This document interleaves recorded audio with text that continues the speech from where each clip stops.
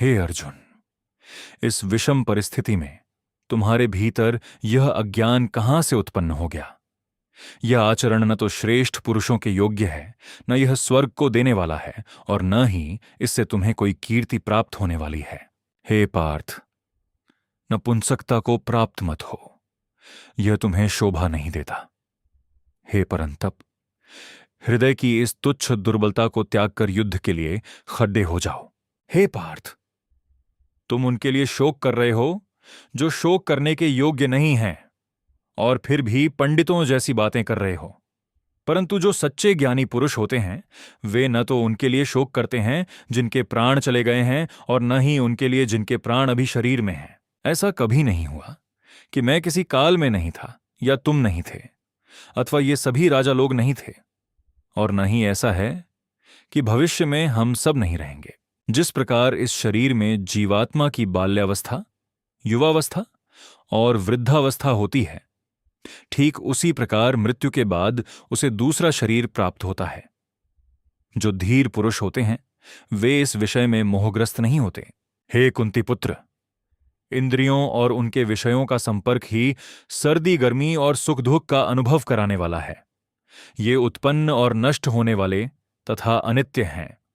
इसलिए हे भरतवंशी, तुम इन्हें विचलित हुए बिना सहन करना सीखो।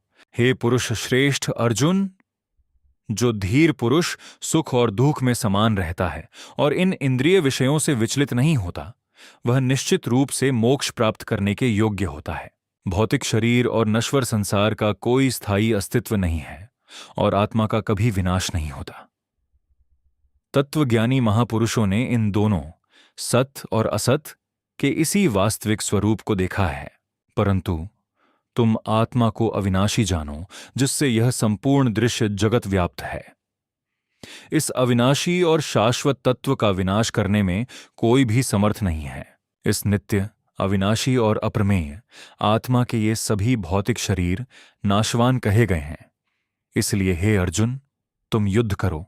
जो व्यक्ति इस आत्मा को मारने वाला समझता है और जो व्यक्ति इसे मारा जाने योग्य मानता है, वे दोनों ही अज्ञानी हैं। क्योंकि यह आत्मा न तो किसी को मारती है और न ही किसी के द्वारा मारी जाती है। यह आत्मा किसी भी काल में न तो जन्म लेती है और न ही मरती है, तथा ऐसा भी नहीं है कि यह आत्मा एक बार उत्पन्न होकर फिर अस्तित्व में नहीं रहेगी। यह आत्मा अजन्मी, नित्य, शाश्वत और पुरातन है। शरीर के मारे जाने पर भी यह आत्मा कभी नहीं मारी जाती। हे पार्थ, जो व्यक्ति यह जान लेता है कि यह आत्मा अविनाशी, नित्य, अजन्मी और अव्यय है, भला वह मनुष्य किसी को कैसे मार सकता है या किसी को कैसे मरवा सकता है? जिस प्रकार मनुष्य पुराने वस्त्रों को त्याग कर दूसरे नए वस्त्रों को धारण करता है, ठीक उसी प्रकार यह आत्मा पुराने और जर्जर हो चुके शरीरों को त्याग कर दूसरे नए शरीरों को प्राप्त करती है।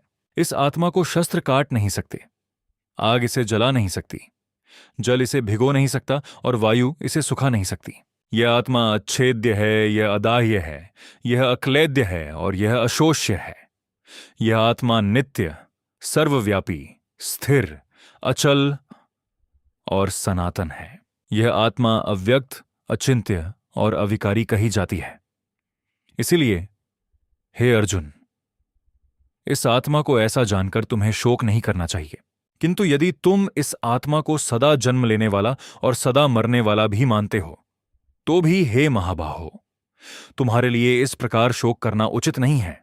क्योंकि जिसने जन्म लिया है उसकी मृत्यु निश्चित है, और जिसकी मृत्यु हुई है उसका पुनर्जन्म निश्चित है। इसलिए इस अपरिहार्य स्थिति के विषय में तुम्हें शोक नहीं करना चाहिए। हे भरतवंशी, सभी प्राणी जन्म से पहले अप्रकट थे। जन्म और मृत्यु के बीच की अवधि में वे प्रकट हो जाते हैं और मृत्यु के बाद फिर से अप्रकट हो जाएंगे। अतः इस विषय में शोक करने का क्या कारण है? कोई इस आत्मा को आश्चर्य की भांति देखता है, कोई दूसरा इसका आश्चर्य की भांति वर्णन करता है, कोई अन्य इसे आश्चर्य की भांति सुनता है, परंतु कोई इसे सुनकर भी बिल्कुल नहीं जान पाता। हे भरतवंशी, सभी प्राणियों के शरीर में रहने वाली यह आत्मा सदा ही अवध्य है। इसलिए तुम्हें किसी भी प्राणी के लिए शोक नहीं करना चाहिए। इसके अतिरिक्त अपने क्षत्रिय धर्म को देखते हुए भी तुम्हें इस प्रकार संकोच नहीं होना चाहिए, क्योंकि एक क्षत्रिय के लिए न्याय के लिए लड़े जाने वाले धर्म युद्ध से बढ़कर कल्याणकारी और कोई कार्य नहीं है। हे पार्थ, अपने आप प्राप्त हुए और खुले हुए स्वर्ग के द्वार रूपी ऐसे धर्म युद्ध को बहुत ही भाग्यशाली क्षत्रिय ही प्राप्त करते हैं। किंतु यदि तुम इस धर्मयुक्त युद्ध को नहीं करोगे तो अपने स्वधर्म और कीर्ति को खोकर तुम केवल पाप के ही भागी बनोगे। इसके अलावा सब लोग और आने वाली पीढ़ियां सदैव तुम्हारी इस अपकीर्ति का ही वर्णन करेंगे, और एक सम्मानित व्यक्ति के लिए अपकीर्ति मृत्यु से भी बढ़कर दुखदायी होती है। जिन महारथियों की दृष्टि में तुम अब तक बहुत सम्मानित माने जाते रहे हो, वे यही समझेंगे कि तुम भय के कारण युद्ध से हट गए हो, और इस प्रकार तुम उनकी नजर में अपना सम्मान खोकर तुच्छता को प्राप्त हो जाओगे। तुम्हारे शत्रु तुम्हारी सामर्थ्य की निंदा करते हुए ऐसे बहुत से कटु वचन कहेंगे। भला उससे अधिक दुखदाई और क्या हो सकता है? यदि तुम युद्ध में वीरगति को प्राप्त होते हो तो स्वर्ग को प्राप्त करोगे, अथवा यदि तुम युद्ध जीत जाते हो तो पृथ्वी के राज्य का भोग करोगे। इसीलिए हे कुंती पुत्र, दृढ़ निश्चय करके युद्ध के लिए उठ खड़े हो।